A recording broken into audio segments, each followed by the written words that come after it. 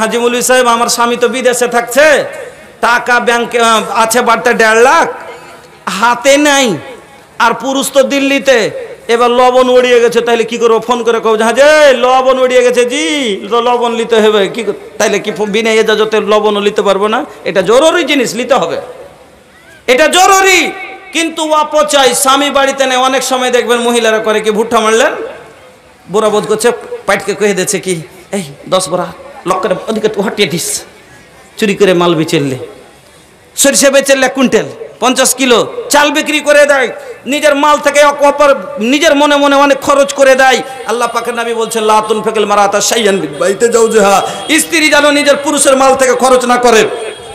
এই কথা শুনে চট করে এক সাহাবী বলছেন, কিলা ইয়া রাসূলুল্লাহ ওয়ালা তাম, আল্লাহ রাসূল, যদি কাউকে খাবার দেয়, কাউকে যদি নিজের মনে খাবার দেয়, নবীজি বলছেন যা কাবজাল আমওয়ালিনা, খাবারটা তো হলো আমাদের উত্তম মাল। তাহলে বোঝা গেল হাদিসের দ্বারাই যে কাউকে যদি নিজের মনে খাবার দেয়, ফকির মিসকিনকে ছাড়া, নিজের মনে মামাতে ভাই এসছে একবারে দেশি মুরগা জয় করে খুব পোলাও আর বিরিয়ানি বানিয়ে মানে খাওয়াইছে, পারবে না খাওয়াইতে, যতক্ষণ এজাজত না নিবে।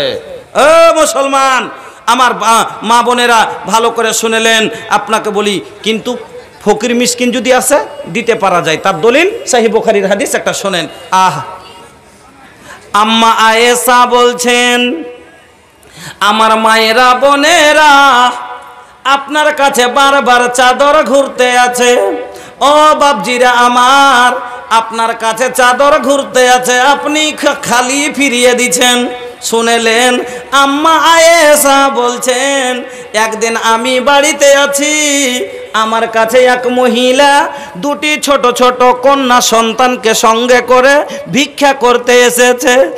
এত পেট পিট সেটে গেছে, মুখটা শুকিয়ে আছে, দেখা যায় না। আমাকে বলছে, আম্মা গো, আমরা অনাহারে আছি গো মা, যদি আপনার বাড়িতে কিছু থাকে দয়া করে একটু দেবেন। ও মায় আমার, আজকে যদি 7 ফকিন্নির 1 ফকিন্নি হয়, তার ঘরও 4 দিনকার খাবারও অবশ্যই পাওয়া যাবে। যাবে না? যাবে না?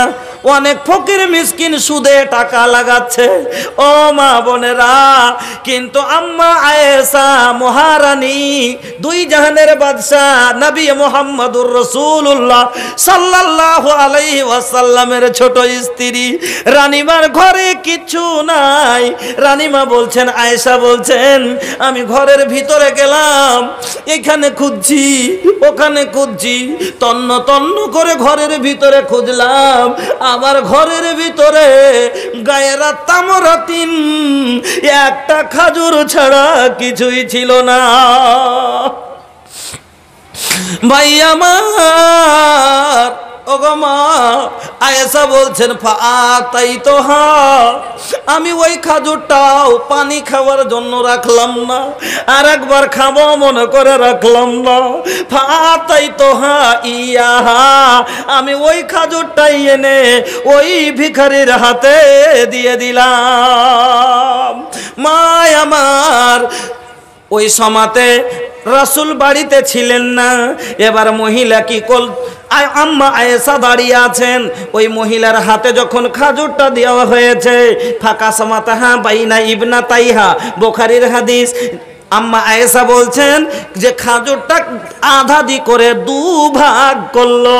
ভাগ করে 2টি বেটি আছে, ছোট ছোট 5-6 বছর করে বয়স। এক বেটির মুখে আধখান তুলে দিল, আর এক কন্যার মুখে আধখান দিল। ওয়ালাম তাকুল মিনহা শাইয়া, নিজের মুখে কিছুই দিল না। মুখটা এত ছোট হয়ে আছে, পিপাসায় মনের মুখান, আর খিদায় পেট তো সেটে আছে। মেয়েটা কিন্তু তারপরও বাচ্চাদেরকে এত ভালোবাসে, এত ভালোবাসে। আল্লাহ রে আল্লাহ, ওই খাজুরটা বাচ্চাদের মুখে দিল। ফাদা খালান নবী ফাসুম্মা কামাত ফাখারাজাত, ওখান থেকে উঠে চলে গেল। ফাদা খালান নবী সাল্লাল্লাহু আলাইহি ওয়াসাল্লামা, যখন আল্লাহর রাসূল বাড়িতে আসলেন, এই ঘটনাটা আম্মা আয়েশা সম্পন্ন নবীর সামনে বললেন। আমার নবী শোনার পরে বলছেন, আয়েশা রে, মানে তোলে আবে শাইইন মিন হাযিহিল বানাত, এই যে বেটি দুটা আল্লাহ তাকে আজমাইবার লেগে দিয়েছে, এর জিম্মেদারি তার মাথার উপরে আল্লাহ আজমাইশ করার জন্য দিয়েছে। এই যে না খাইয়ে কষ্ট করে মেয়ে দুটা মানুষ করছে, এই কারণে কাল কিয়ামতের দিন এই মহিলা যদি জাহান্নামে যায়, এই মেয়ে দুটা তার জাহান্নামের আগের টাটি হয়ে যাবে, পর্দা হয়ে দাঁড়িয়ে যাবে। ওগো মা, আপনার সন্তানকে যে আপনি খাওয়াচ্ছেন পড়াচ্ছেন, নিজে কষ্ট সহ্য করে, 5টা আপনাকে আল্লাহ সন্তান দিয়েছে, 4টা আল্লাহ আপনাকে সন্তান দিয়েছে, আল্লাহ আজমাইবার জন্য দিয়েছে। এই সন্তানের দায়িত্ব মা আপনার উপরে আছে। ওগো মা, আল্লাহ পাকের নবী বলছেন, মা মিন আবদিন ইয়াস্তারিহিল্লাহু রাইয়াতান ইয়ামুতু ইয়াওমা ইয়ামুতু ওয়া হুয়া গাসুন লিরাইয়াতিহি ইল্লা হারামাল্লাহু আলাইহিল জান্নাহ, রাওয়াহুল বুখারী। আল্লাহ পাকের নবী বলছেন, যাকে আল্লাহ গার্জিয়ান বানিয়েছে, অভিভাবক করেছে, আর তার জিম্মেদারিতে যে লোকগুলো আছে, তার ওরা ভুল করছে, তার বাবা দেখে তাকে আনদেখা করে দিচ্ছে, ভুলগুলোকে সুধার করে না, ও বাবা তাকে ভুলটা ওরা বুঝতে পারে না তো ধরিয়ে দেয় না। এই কারণে যদি কালকে এই অবস্থায় ওকে ধোঁকাতে ফেলে রেখেছে, তার আওলাদকে, তার পরিবারকে ধোঁকায় ফেলে রেখেছে, এই অবস্থায় যদি তার গার্জেনের মরণ হয়ে যায়, আল্লাহ রসুল বলছেন তার উপরে জান্নাতকে আল্লাহ হারাম করে দেবেন। আপনার সন্তানকে যদি না পড়ান, বরং আপনি তাকে ধোঁকায় ফেলে রাখলেন, কেন?